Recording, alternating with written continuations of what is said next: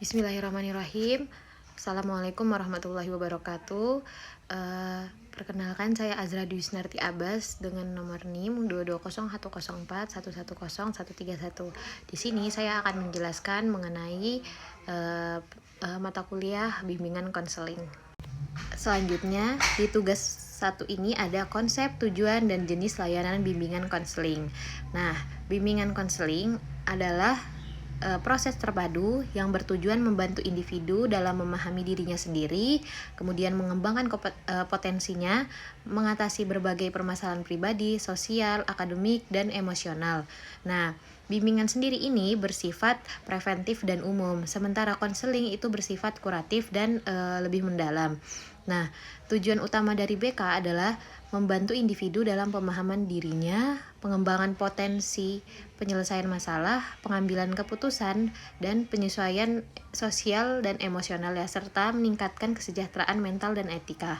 Nah, fungsi BK itu tidak hanya membantu mengidentifikasi kekuatan dan kelemahan individu, akan tetapi juga mendorong pengambilan keputusan yang bijak dan membangun keterampilan hidup.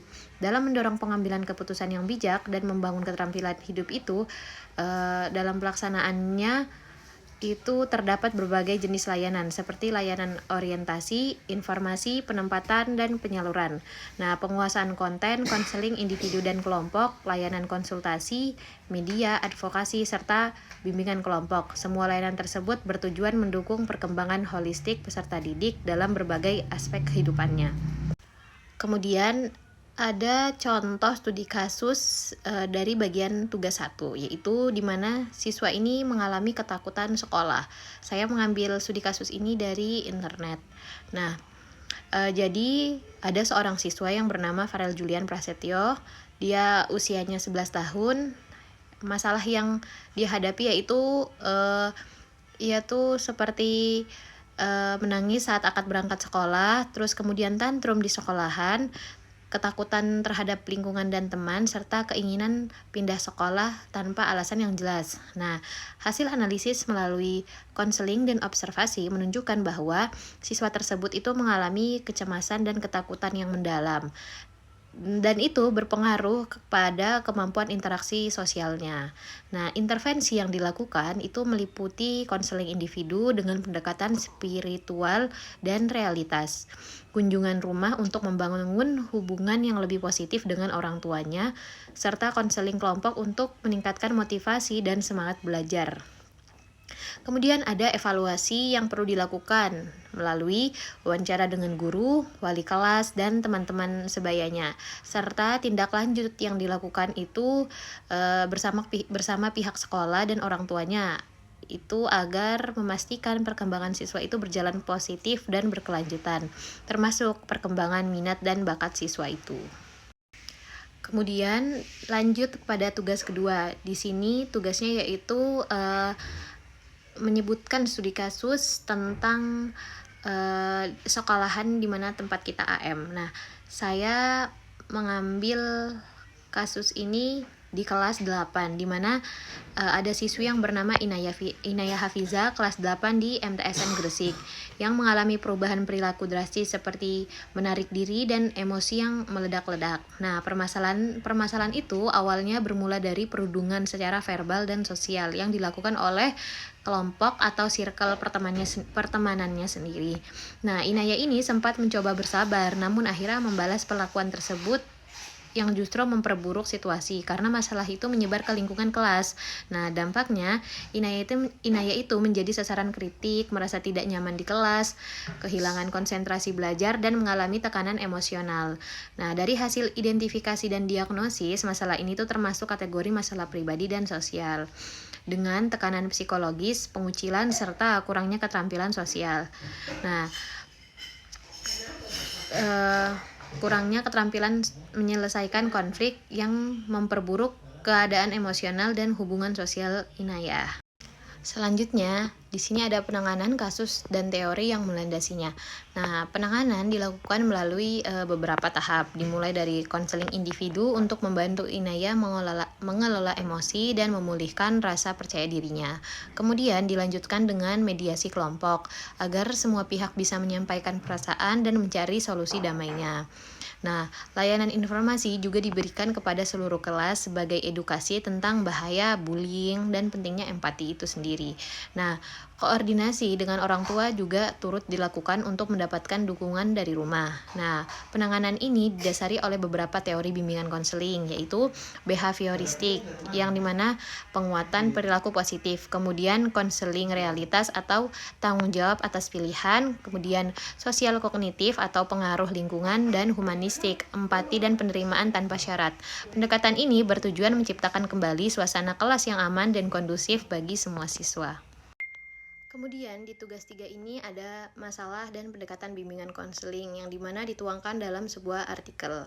Nah, penelitian ini membahas bagaimana pendekatan bimbingan konseling dapat membantu mengatasi hambatan belajar bahasa Arab di MTSN Gresik. Nah, khususnya pada aspek istima atau mendengarkan dan kalam atau berbicara. Nah, siswa mengalami kesulitan memahami kosakata, kemudian malu berbicara dan kurang percaya diri, di mana itu membuat mereka pasif dan kurang antusias. Nah, hambatan ini tuh tidak hanya berasal dari aspek akademik, tetapi juga dari kondisi emosional dan psikologi siswa itu sendiri. Nah, guru bahasa Arab baik secara mandiri maupun bekerja sama dengan guru BK mulai menerapkan pendekatan bimbingan konseling seperti memberi motivasi secara personal, kemudian menciptakan suasana kelas yang nyaman, serta menggunakan media pembelajaran yang menyenangkan seperti lagu, word wall, dan kerja kelompok.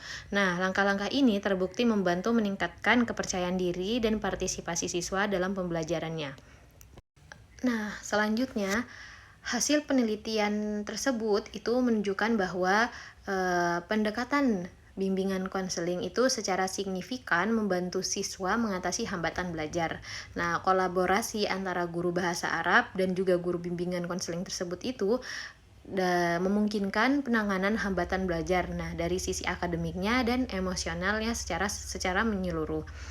Nah, siswa yang sebelumnya pasif dan tidak percaya diri mulai menunjukkan perubahan positif, kayak lebih berani berbicara dan aktif mengikuti kegiatan kelas. Nah, pendekatan ini tidak hanya meningkatkan hasil belajar, tetapi juga membentuk suasana kelas yang positif dan suportif. Kesimpulannya, bimbingan konseling merupakan pendekatan yang efektif dalam membantu siswa menghadapi hambatan belajar bahasa Arab dengan mengedepankan dukungan emosional dan perhatian personal dari guru sebagai pendamping proses pembelajarannya. Baik, selanjutnya di sini ada tugas 4 di mana mengamati salah satu siswa yang bermasalah di dalam kelasnya. Nah, di sini ada deskripsi kasus dan analisis masalahnya. Nah, pengamatan ini saya lakukan di kelas 7 MTSN Gresik terhadap siswa yang bernama Andika Wijaya. Nah, dia berusia 12 tahun dan ia sering menyendiri, terlibat konflik dengan teman sebaya, dan cenderung melaporkan kesalahan teman yang membuatnya dijuluki cepuan dan menjadi korban bullying. Hal ini berdampak pada isolasi sosial dan tekanan emosional. Nah, guru BK sendiri menyatakan bahwa Andika tuh bukan siswa bermasalah dalam arti negatif, melainkan anak dengan keunikan dalam hal kepatuhan terhadap aturan.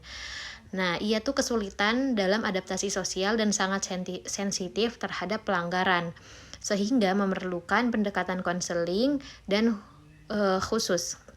Berdasarkan pengamatan, perilakunya itu menunjukkan kemungkinan gejala ADHD impulsif rigid, meskipun belum ada diagnosis yang nyata atau profesional. Nah, kemudian penanganan dan rekomendasinya yaitu penanganan dilakukan melalui layanan konseling individu dan kelompok dengan pendekatan humanistik yang menekankan penerimaan tanpa menghakimi. Nah, guru BK berupaya memahami Andika secara menyeluruh dan membantunya membangun relasi sosial. Teori konseling perkembangan dilakukan untuk menjelaskan tantangan remaja dalam mencari jati dirinya dan kepekaan sosial. Nah, penanganan kasus ini juga termasuk dalam layanan responsif BK. Rekomendasi yang disarankan meliputi evaluasi psikologis lanjutan, edukasi empati kepada siswa dan guru, kolaborasi intensif antara sekolah dan orang tua, serta program peer counseling untuk meningkatkan penerimaan terhadap perbedaan karakter siswa. Langkah-langkah ini diharapkan membantu Andika menyesuaikan diri dan berkembang lebih optimal di lingkungan madrasah. Nah, sekian penjelasan dari saya. Kurang lebihnya mohon dimaafkan. Wassalamualaikum warahmatullahi wabarakatuh.